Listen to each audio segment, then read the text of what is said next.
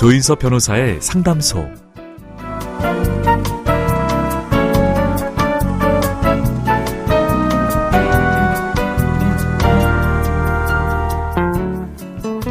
제 옆자리는 항상 여러분을 위해서 비워두고 있습니다. 차 한잔 하러 오셔도 좋고요. 어제 있었던 이야기를 하러 오셔도 됩니다. 위로가 필요한 날에는 가만히 앉아있다 가셔도 좋습니다. 혼자 고민하지 마세요. 제가 들어드리겠습니다. 속 시원하고 정확한 자문으로 법률 문제를 풀어드리는 조인섭 변호사의 상담소, 지금 바로 문을 열겠습니다. 저는 조인섭입니다.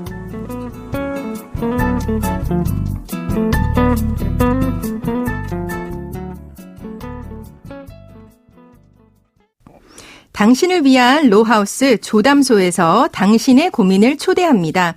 신진희 변호사와 함께합니다. 안녕하세요. 네, 반갑습니다. 신진희 변호사입니다. 네, 오늘은 어떤 고민이 기다리고 있는지 먼저 사연부터 알아보겠습니다.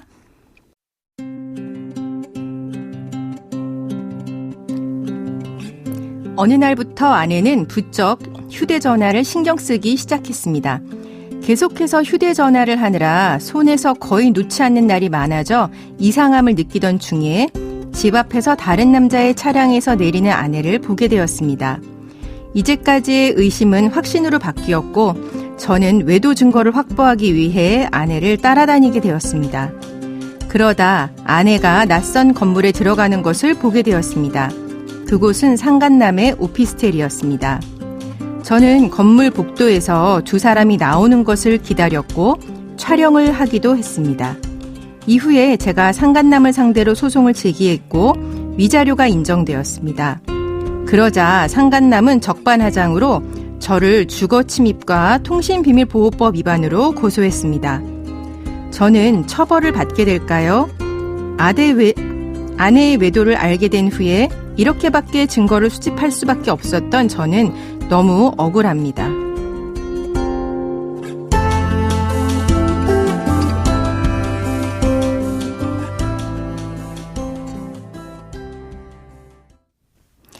네, 사연자분은 상간남에게 소송을 제기를 했고 위자료를 받았다라고 했습니다. 그렇다라고 하면 이제 증거가 적법했다라고 하는 반증일 수도 있는데요. 외도가 인정됐기 때문에 위자료 받은 거 아닙니까? 네. 이혼이나 상간자 소송 등에서 많은 분들이 불법 증거이면 증거로 인정될 수 없는 것 아니냐라는 말씀을 하십니다. 실제 드라마 등에서도 이런 내용이 언급되기 때문인데요. 형사사건에서는 형사소송법에 의거하여 불법 증거를 증거로 인정하지 않으나 가사에서는 불법 증거라도 증거로 인정될 수 있습니다. 네. 즉 가사에서는 변론 전체의 취지를 종합하여 판단할 수 있는데 가사사건은 가사조사라는 절차도 있고요. 이런 절차를 밟으면서 당사자 진술과 불법 증거라 하더라도 이런 증거, 조사보고서 등이 합쳐지면 외도가 인정될 수 있는 것입니다. 네. 하지만 이제 위자료가 인정이 됐지만 이제 형사 처벌은 또 별개의 문제인 거죠? 네, 그렇습니다. 따라서 이제 이 사연처럼 증거로 활용되어 위자료가 인정되었다 하더라도 반드시 적법한 증거라고 볼 수는 없기 때문에 명심할 점은 이렇게 증거로 인정되더라도 위법 행위에 대한 손해배상 책임 혹은 그로 인한 다른 형사적 문제까지 면제되는 것은 아니라는 것입니다. 네. 현재 사연자분 같은 경우는 상간남이 이제 사연자분을 주거침입 그리고 통신비밀보호법 위반으로 고소를 했어요. 먼저 주거침입의 경우에 상간남이 거주하는 오피스텔의 복도에서 두 사람을 기다린 건데 이것도 주거침입으로 볼 수 있겠습니까?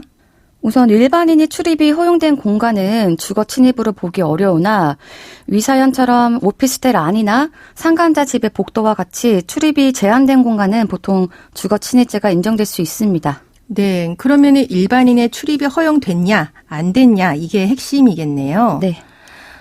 최근 한 드라마, 빨간 풍선이라고 하는 드라마 보니까 남편의 불륜 현장인 오피스텔에 아내가 찾아가는 장면이 나왔어요. 찾아가서 집기를 막 부수기까지 했는데 실제로는 이런 행동은 하면 안 되는 거겠죠? 이 역시 부정행위가 있었다는 사정이 참작될 뿐 책임의 면제 사유가 되는 것은 아니므로 사실 네. 주의하셔야 할 것 같습니다. 네. 실제 최근에 아내가 운영하는 호프집에서 상간남과의 외도를 목격한 남편이 상간남을 때리고 살해하려다 미수에 그쳐 살인 미수 혐의로 기소된 뒤 집행유예 선고 선고를 받은 사건도 있었습니다. 와, 살인미수요? 네. 근데 이제 살인미수인데 집행유예가 선고된 거면 재판부에서 좀 그런 사정을 참작해 준 것 같기도 합니다. 네. 그러면은 배우자가 그 불륜을 주거지에서 저지르는 경우, 그러니까 상간남을 우리 집으로 끌어들여서 부정행위를 했어요. 이런 경우에 상간남이나 상간녀에게 주거 침입이 성립이 되나요? 종전의 판례는 공동 거주자 중 주거 내에 현재하는 거주자의 현실적인 승낙을 받아서 통상적인 출입 방법에 따라 주거에 출입하였더라도 이제 부재 중인 다른 거주자의 추정적 의사에 반한다면 주거 침입죄가 성립한다는 입장이었습니다. 굉장히 어렵습니다. 그러니까 종전 판례는 이런 경우에 주거 침입이 성립된다는 거였죠. 그렇죠. 네. 네, 그런데 이후에 이제 판례가 바뀌어서 외부인이 공동 거주자 중 주거 내에 현재하는 거주자로부터 현실적인 승낙을 받아서 통상적인 출입 방법에 따라 이제 주거에 들어온 경우라면은 네. 이제 특별한 사정이 없는 한 이제 사실상의 편호 상태를 해치는 행위 태양으로 볼 수 없어서 주거 침입에 해당하지 않는다는 입장으로 변경되었습니다. 아, 네. 근데 이제 일반인 입장에서는 사연자처럼 상간 증거를 찾기 위해서 오피스텔 복도로 찾아갔더니 그건 주거 침입 유죄. 그죠? 근데 상간자가 우리 집에 와서 부정행위를 했어요. 우리 집 침대에서. 근데 그건 주거 침입 무죄. 조금 일반인의 법 감정과 안 맞는 거 아닌가? 뭐 이런 생각도 들기는 하는데요. 맞습니다. 네. 그러면은 사연자 같은 경우에 아내와 상간남 두 사람의 동영상을 찍었기 때문에 통신비밀보호법으로 또 고소한 것 같은데요. 이 부분은 어떻습니까? 네, 위 사연과 같이 동영상을 촬영하는 경우 배우자와 상간자의 대화까지 녹음되는 경우가 있을 수 있습니다. 네. 이렇게 되면 이제 사연자가 타인 간의 대화를 녹음한 것이 되어서 통신비밀보호법 위반이 될 수 있는 것입니다. 아, 네. 그 외에 해당 부분이 사생활 침해 등으로 되어 민사상 손해배상 책임을 물을 수도 있습니다. 아, 근데 민사상 손해배상 청구 이제 한다고 하더라도 이런 경우에 인정되는 손해배상액은 좀 작더라고요. 다른 네. 사건 보니까 한 50만 원 정도? 그리고 이런 경우에는 사실 이제 배우자의 부정행위를 위한 증거 확보 이런 사정이 있으므로 네. 사실 참작이 되실 수도 있을 것 같습니다. 그렇죠. 예. 그렇다면 사연자분 참작 가능성이 많은 상황이긴 한데요. 주거 침입과 통신비밀보호법 위반으로 처벌받을 가능성은 어떻게 있습니까? 네. 위 사연은 사연자가 상간자가 거주하는 오피스텔에 출입해서 동영상을 촬영한 것이 문제가 되었는데요. 일반인의 출입에 허용된 공간은 주거 침입으로 보기 어렵지만 이 사연처럼 오피스텔 안이나 상간자 집의 복도는 출입이 제한된 공간이라서 주거 침입죄가 인정될 것으로 보입니다. 네. 그리고 타인의 대화가 녹음된 건 역시 통신비밀보호법 위반에 해당하므로 사실 처벌 가능성은 높을 것 같네요. 네. 다만 사연과 같이 별도의 민사 손해배상 사건에서 부정행위가 인정된 경우에는 이런 사유가 충분히 참작될 수 있습니다. 네.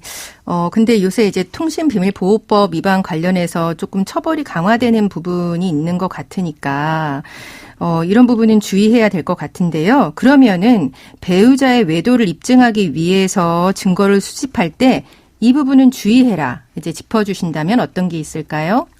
우선 이 사연과 같이 이제 배우자와 상간자가 모텔이 아닌 거주지에서 부정행위를 할 때 어떤 증거를 수집해야 하는지 궁금해하시는 경우가 많고 네. 실제 유의해야 하는 점도 있습니다. 이제 보통 모텔 출입 사진 등은 이제 부정행위 사실을 입증하는 것이 굉장히 수월하지만 상간자의 집에 방문한 경우에는 단순히 출입만 한 자료만으로는 상간자가 다른 이유, 뭐 예를 들어서 다른 사람들도 이후에 같이 왔다라던가 특정 이유로 잠시 들른 것이다 등의 변명을 늘어놓을 수가 있기 때문인데요. 네. 따라서 이런 경우에는 출입한 시간과 나오는 시간을 모두 알 수 있는 자료라던가 또는 단순히 한 번의 방문이 아니라 상습적으로 방문하고 있다는 사정을 알 수 있는 자료까지 확보하시는 것이 도움이 될 것입니다. 네. 그러면은 재판 통해서 뭐 입출차 사실 확인한다던가 아니면 뭐 모텔 같은 경우 합법적으로 증거 보존 신청 이런 거 하는 거는 도움이 되겠네요. 네, 맞습니다. 네. 불법 증거도 상황에 따라서는 가사소송에서는 다른 증거와 합해서 부정행위 증거가 될 수는 있지만 이제 형사처벌은 피할 수 없다고 이야기해 주셨고요. 그리고 부정행위 증거 확보한다고 상간자 집을 들어간다면 주거 침입이 될 수 있다고 해주셨습니다. 다만 오히려 반대로 배우자가 상간자를 집으로 들여와서 부정행위를 한다면 현재 이제 바뀐 판례 하에서는 주거 침입으로는 처벌할 수가 없다고 해주셨고요. 부정행위 증거 확보하기 위해서 배우자와 상간남이 같이 있는 동영상을 찍었다면 대화가 녹음되었다면 통신비밀보호법 위반이 될 수가 있어서 주의를 요하고 가장 중요한 거는 부정행위 증거를 확보할 때는 가급적 적법한 증거를 확보하시라고 조언해 주셨습니다. 네, 신진희 변호사님 감사합니다. 네, 감사합니다. 네, 지금까지 신진희 변호사와 함께했습니다.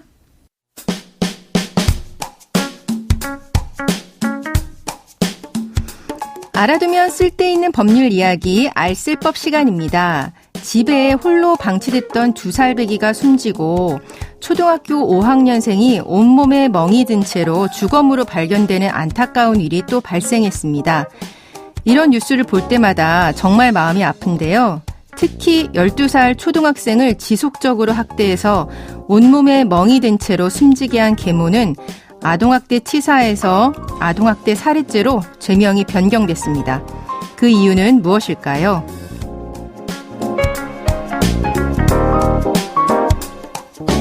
아동학대 치사냐, 아동학대 살해냐는 살해할 고의가 있었는지 여부에 의해서 결정됩니다.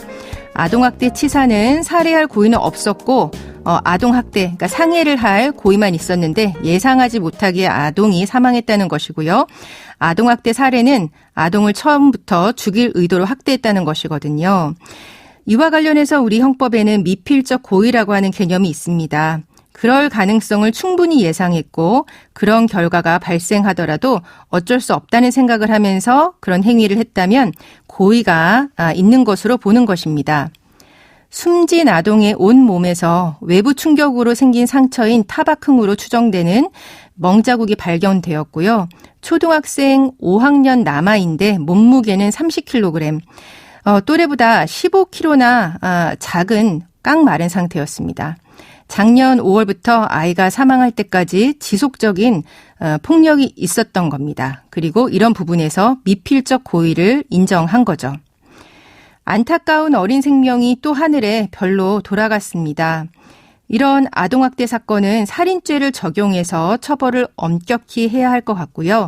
아동학대의 대응 시스템이 제대로 돌아갈 수 있도록 다시 한번 점검해야 할 것입니다.